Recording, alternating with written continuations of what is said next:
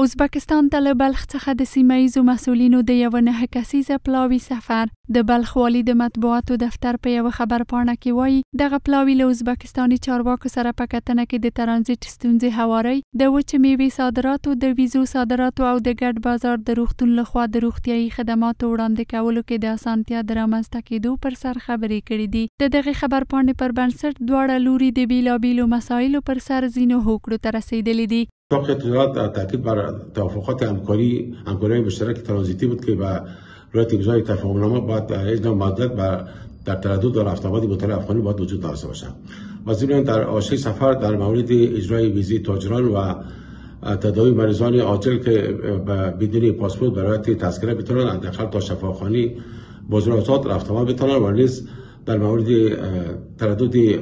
مراجعین روزمره که در بازار آزاد گل میکنند در سرحدی بود که با تفاهم مشکلات حل گردید. ورته مهال یو شمیر کارپوهان د سیمې هیوادونو په ځانګړي توګه ازبکستان سره د افغانستان د اړیکو په پراختیا هیله څرګندوي. د دوی په وینا ورته لید کاته کولای شي د ستونزو هواري، د اړیکو پراخېدو او د دواړو هیوادونو ترمنځ د سوداګریزو راکړو ورکړو زیاتېدو کې مرسته وکړي. ازبکستان باعث همسایه افغانستان که دید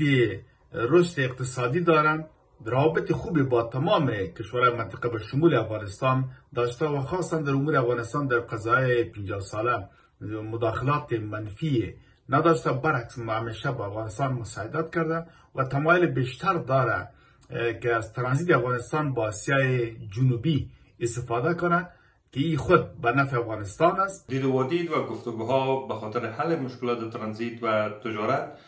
سبب از این میشه که دو کشور بتونن مسائل و مشکلات حل بکنن و حجم تجارتشان